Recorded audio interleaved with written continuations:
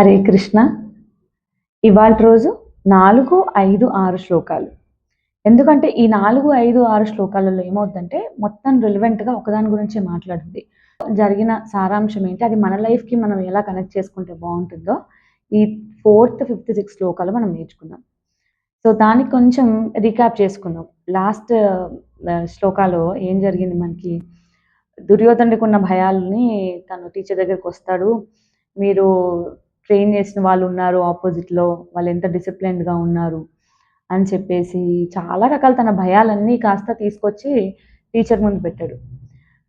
దుష్టుద్యుమ్నుడికి మీరు ట్రైన్ చేశారు, లాస్ట్కి ఏమైంది, మీ వైపు లేడు కదా, వెళ్ళి ఆపోజిట్ పాండవ సైడ్ ఉన్నాడు కదా అని చెప్పేసి భడకాయిస్తూ ఉంటాడనమాట దుర్యోధనుడు.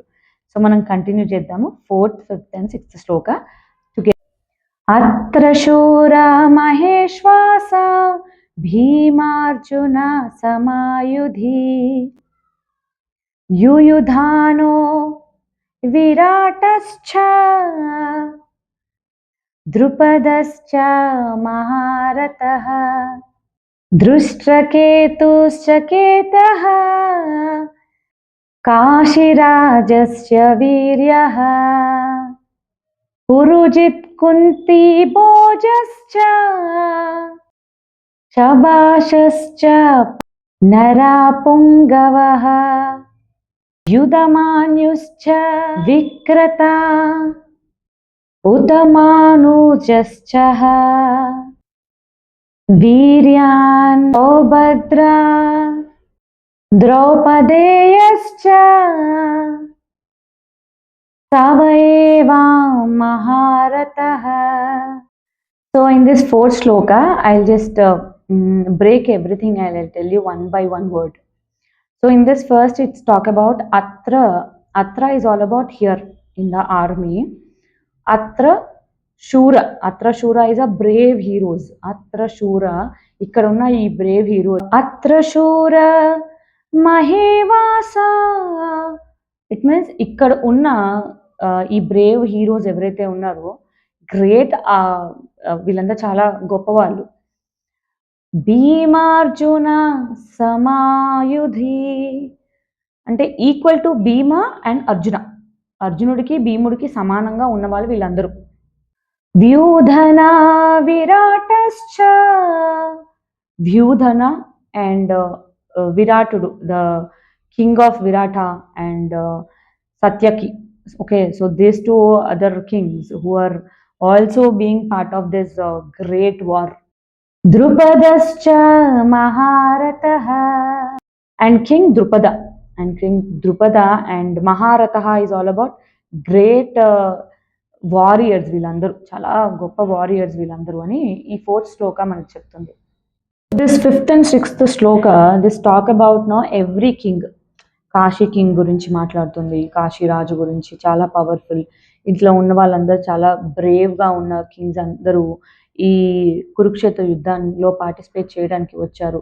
ఒకటి చాలా పవర్ఫుల్ భీముడు, అర్జునుడు. అండ్ అక్కడ దుర్యోధనుడికి ఉన్న సెట్ ఆఫ్ మైండ్ సెట్ ఎట్లా ఉంది అంటే, ఫస్ట్ దుష్టద్యుమ్నుడిని మీరు ట్రైన్ చేశారు కాబట్టి ఆయన అటు సైడ్ వెళ్ళిపోయాడు. సో ఇప్పుడు మీరు జాగ్రత్తగా అన్నట్టుగా ఇండైరెక్ట్గా బాన్ చేశారు, బికాస్ తన భయాన్ని ఎదుటి వాళ్ళ మీద రుద్దడానికి.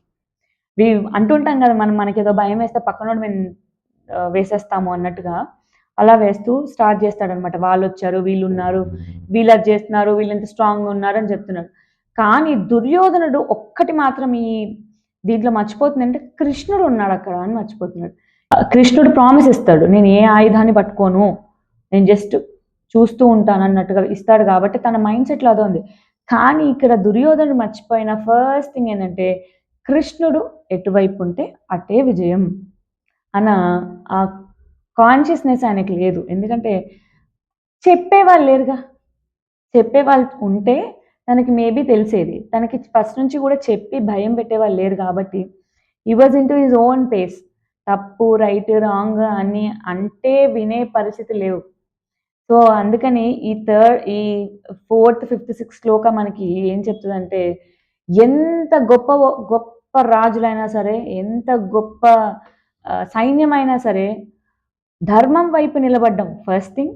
ఆ ధర్మంతో పాటుగా కృష్ణుడు వాళ్ళతో పాటు ఉన్నాడు అని అంటే విజయమే విజయం. అంతే ఇంకా. అక్కడ కృష్ణుడు ఉన్నాడన్న విషయాన్ని మాత్రం దుర్యోధనుడు మర్చిపోతాడు. వాళ్ళొచ్చారు, కాశీరాజులొచ్చారు. ఆహ్, మంచి మంచి గొప్ప సైన్యం ఉంది. చాలా బాగా లైన్ అవుతున్నారు. ఇది జేస్తున్నారు, అది జేస్తున్నారని ఒక భయం చెప్తున్నాడు తప్ప, అక్కడ కృష్ణుడు ఉన్నాడు కాబట్టే అంత శ్రద్ధగా, అంత బాగా ఆ యుద్ధము గెలిచింది గూడా అటువైపు వాళ్ళే. ఎందుకు అంటే ధర్మం వైపు ఉన్నవాళ్ళు ఎప్పటికీ ఓడిపోరు అని ఈ థర్డ్ ఈ ఈ ఫోర్త్, ఫిఫ్త్, సిక్స్త్ శ్లోక చాలా బాగా చెప్పుద్ది. ఈ ఫోర్త్, ఫిఫ్త్, సిక్స్త్ శ్లోక ఏదైతే ఉందో దాన్ని మనము ఒక టీచర్‌ని డౌట్ పడొద్దు ఫస్ట్ థింగ్. టీచర్ దగ్గరికి వెళ్లి వెటకారంగా మాట్లాడొద్దు సెకండ్‌లీ.